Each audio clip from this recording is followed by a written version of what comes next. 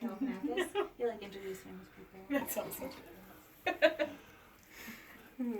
I want to introduce to you two young women clergy. On your right is the Reverend Erika Spaet, ELCA pastor, and she's here as our mission pastor, working to create a new faith community in partnership with Ben Church and Nativity Lutheran.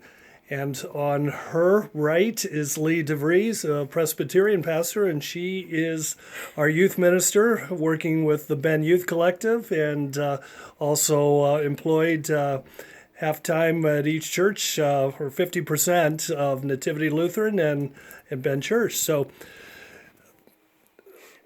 what counsel would either of you have for the Lutherans and Methodists in Seattle as they consider a partnership?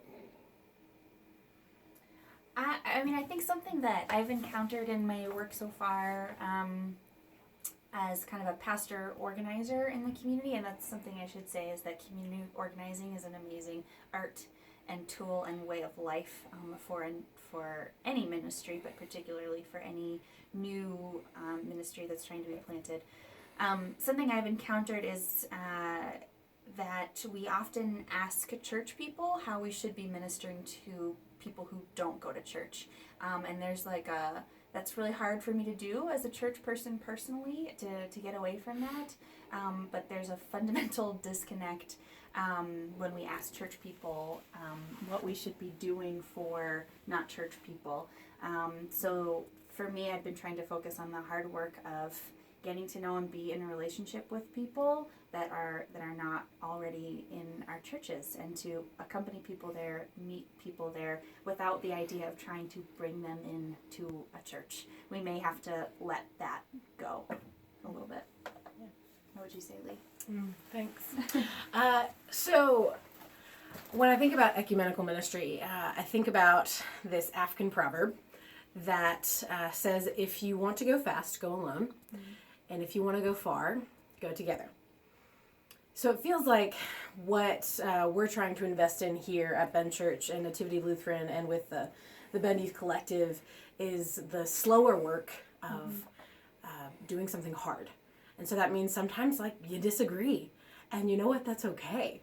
There's a really amazing thing that I feel like we have in these ministries where we can recognize one another's difference and still see the image of God in the other in a way that's unique and precious and pretty cool.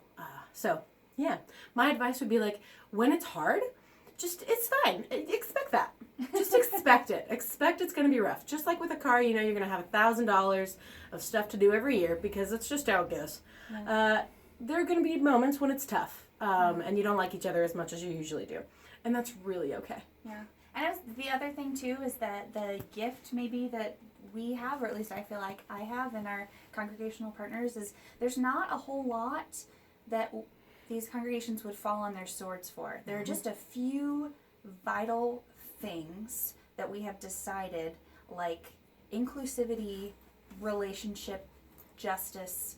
I could maybe name one or two other things, but all the doctrinal stuff, all of the institutional stuff, denominational stuff, that Martin Luther might call adiaphora, we haven't talked about it, and that is an incredible gift because the people we are seeking to minister to do not care about our denominations. They do care if we are welcoming and affirming and committed to justice.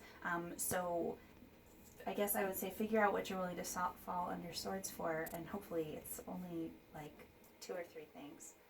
Yeah.